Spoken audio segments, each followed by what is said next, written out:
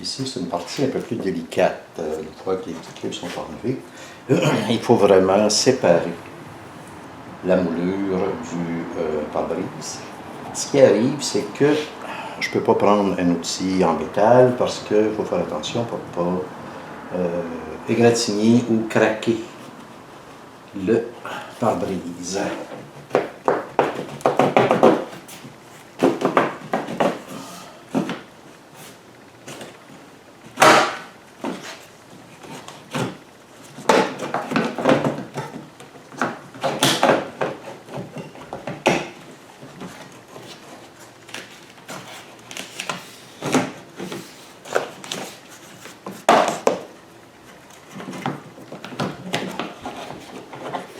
Je dirais que c'est un coup de chance parce que cette moulure-là vient en deux parties, ce qui est pas mal sympathique.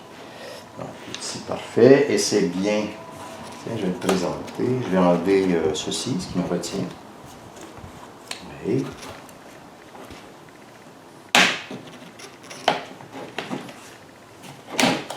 Voilà. Donc, ça ici, c'est ce qui avait été brisé. Ah, ça a quand même été bien remplacé. C'est du métal, petite feuille de taupe, parfait. Comme il vient en deux parties, ça va être plus facile. Génial. Donc, la moulure en question, elle est justement, ici pas la moulure, mais la base. Et justement ici, c'est ça qu'il faut séparer. OK. Maintenant que ça est enlevé, bon, maintenant que la moulure brisée est enlevée, ça se fait quand même, c'est bien. Là, je vais soulever l'auto, enlever les roues. Soulever l'auto, déposer ça sur des supports, 3 tonnes chacun, et ensuite on va se mettre en frais d'enlever le pare-choc et déshabiller tout le devant. On s'y met. Tu vois, Émile, là on est sous la voiture. La voiture est supportée par des chandelles. OK, une de chaque côté. Chaque chandelle, ici, peut porter 3 tonnes. Il y en a 2. La voiture pèse à peu près 1,5 tonnes. Donc, c'est parfait. L'important, c'est sécurité d'abord. C'est peut-être même le plus important. Parce que si tu te blesses en travaillant sur la voiture, bien forcément, premièrement, tu t'es blessé. Deuxièmement, ta maman est inquiète. Troisièmement, ben, l'ouvrage n'avance pas. Tant qu'elle est en dessous, on va enlever aussi cette capote-là. Je m'y mets. En passant, ici, ce sont des embouts Torx, communément appelés des bits Torx. Et il y en a une profusion, ici, il y en a partout. Donc avant d'enlever même le pare-choc, il faut d'abord enlever ceci. OK, on y va. Donc voici l'embout, ou communément appelé la bit T25. La prise est une prise 1/4, donc j'ai besoin d'un adaptateur 1/4 3/8, étant donné que pas mal tous mes outils ont une base 3/8. OK, on va enlever tout. Ce qu'on a par terre, c'est la moulure qui vient en dessous de la voiture, qui était retenue par 11 vis à tête T25 et 2 vis à tête T47. Parfait. Maintenant, on se met sur le pare-choc. Prochaine étape, on va enlever la faucelle qui est en plastique. Ce sont des vis à embout T25. Voici l'embout T25. En fait, l'embout qui ressemble à une sorte d'étoile. Et je m'y mets.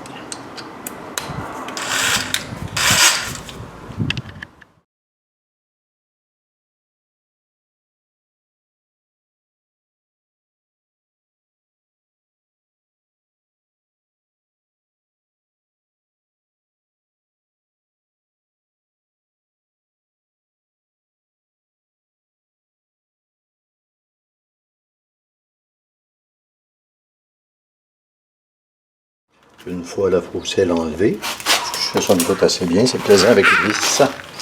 On va enlever tout de suite le connecteur pour les ampoules à brouillard, communément appelé fog light. Pourquoi? Parce que quand on va enlever le pare-choc, ben, zut, quand on va enlever le pare-choc, on ne sera pas coincé avec ce petit machin.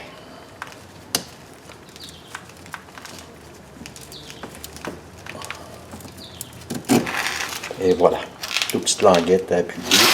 On tire dessus, mais comme ça fait un certain temps que c'est là, ben... Ah, il y en a aussi un deuxième de l'autre côté.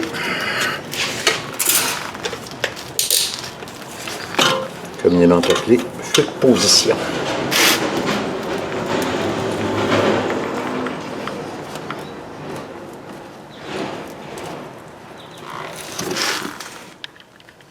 Donc, une fois déconnectés, les deux connecteurs, là, il faut enlever la moulure de contour d'aile. Ça se fait assez bien avec un outil en plastique qu'on insère. Ce sont juste des dents qui viennent se prendre, des petites clips en plastique. Pourquoi est-ce qu'on fait ça? Pour le plaisir? Pas du tout. Tout simplement parce qu'ici, comme dans à peu près tout ce qui s'appelle pare-choc, là je vais essayer de faire un zoom dessus, juste ici, on a une belle vis T25 qu'il faut enlever, sinon on n'arrive pas à séparer le pare-choc du résisteur.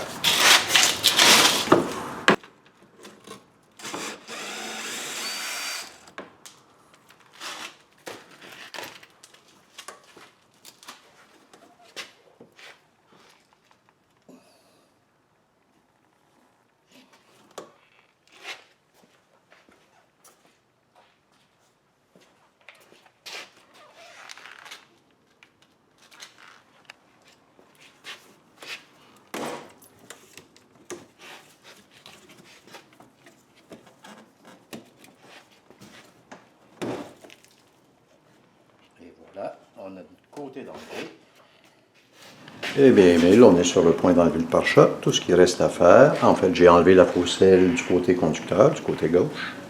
Tout ce qui reste à faire, c'est d'enlever les trois vis qui retiennent le haut du pare-choc. Et ça y est, on enlève le tout.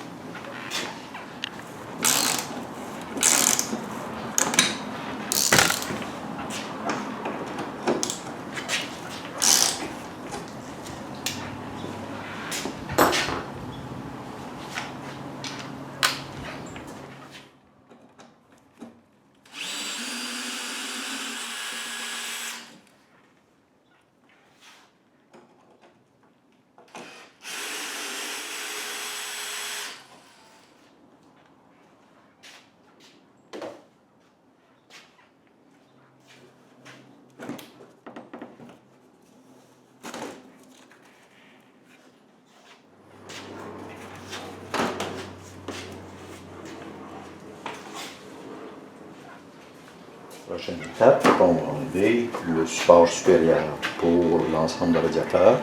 Ce que je fais pour commencer, c'est que j'enlève, en passant, les vis ici sont des T30 et non plus des T25 ou T27 comme tantôt. Donc, 3 bottes, une, deux, il y en a une troisième ici.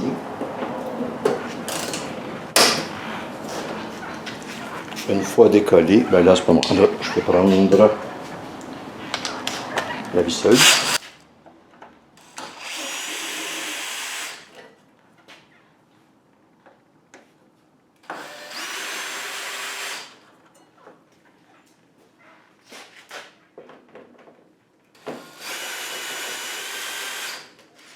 Oups, je me rends compte qu'il y a une quatrième botte. Oups. Donc, une quatrième botte ici.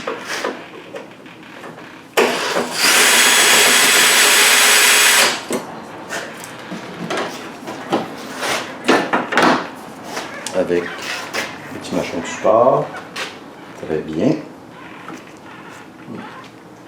Même chose de l'autre côté. Donc, ces choses-là, c'est pas rare qu'on ait une petite surprise. Ici, notre petite surprise, c'est le câble qui permet de déverrouiller le capot. Cassé ici en dessous. Il faut l'enlever. Normalement, j'ai juste à tirer là-dessus, puis ça vient. Je vais aller me chercher un tournevis, puis je l'enlève. Et voilà. Donc, le câble est ici, et la petite capote est là. Donc, il faut disloquer le câble à partir d'ici.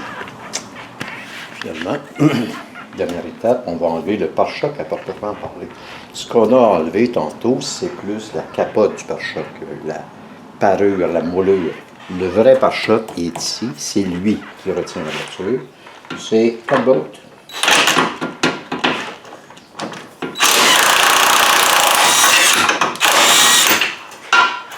Bien placé. Il y en a deux en haut, deux en bas, et la même chose de l'autre côté.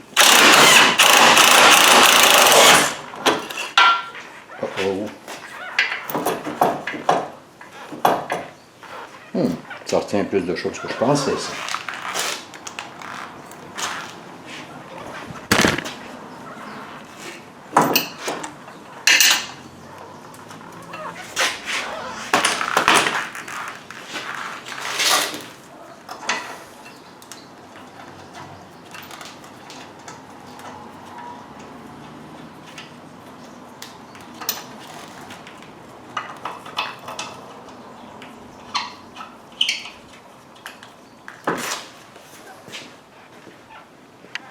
Le phare de droite est enlevé, c'est assez simple.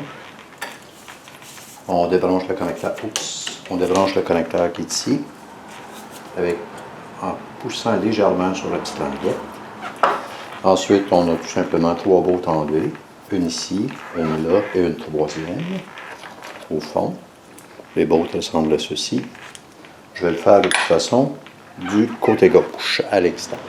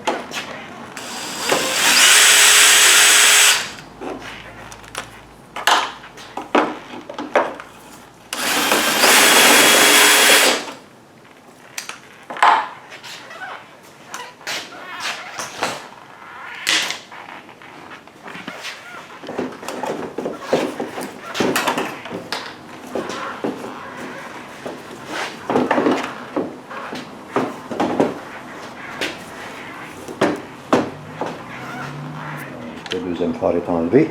Il s'en va à peu près 4h30, un peu passé, 4h30, 5h moins quart. Donc, on va continuer demain. Demain, je devrais avoir du temps aussi.